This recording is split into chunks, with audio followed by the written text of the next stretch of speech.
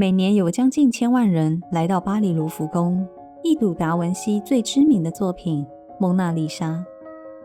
他若有似无的神秘笑容，总是能攫住众人的目光，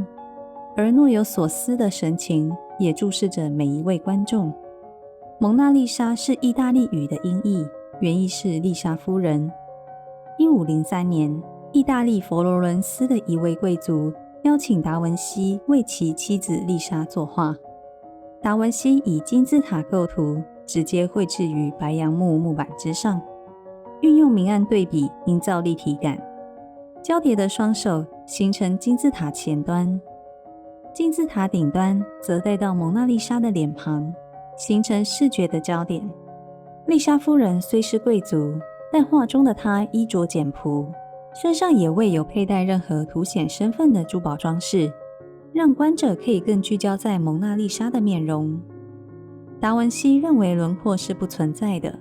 他擅长用晕涂法的方式，不间断地缓缓堆叠一层又一层的色彩，使得蒙娜丽莎的轮廓越来越柔和，五官也变得更为细腻自然。达文西更透过解剖探究嘴部的肌肉与神经的牵动，再以画笔诠释出完美的笑容。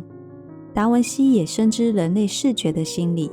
当注视蒙娜丽莎的眼神时，会察觉她的笑容，但注意力往下至嘴部的微笑，却又发现笑容收敛了。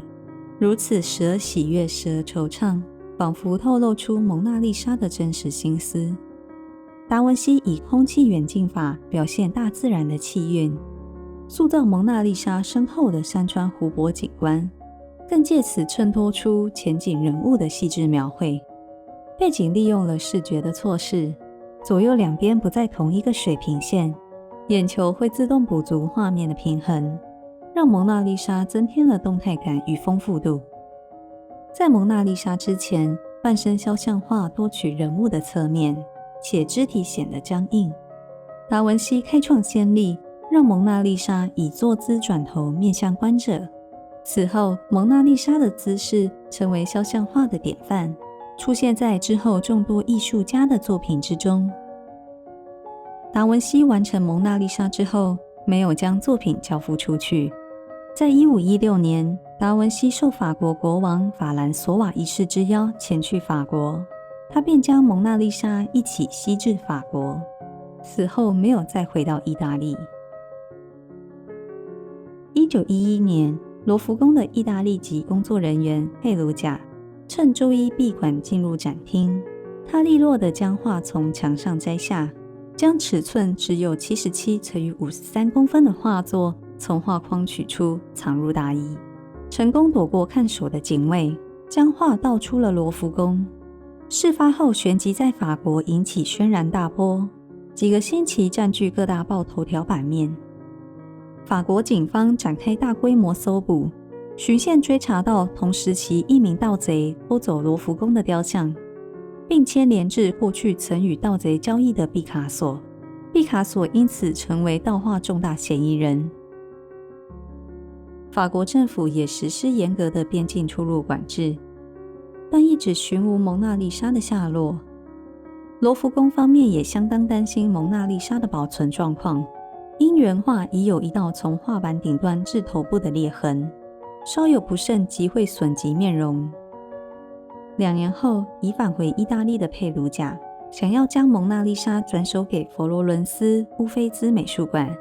馆方与佩鲁贾确认画作为真迹之后，马上联系警方，将佩鲁贾逮捕归案。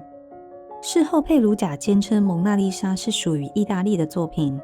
不应存放于法国，理应归还意大利。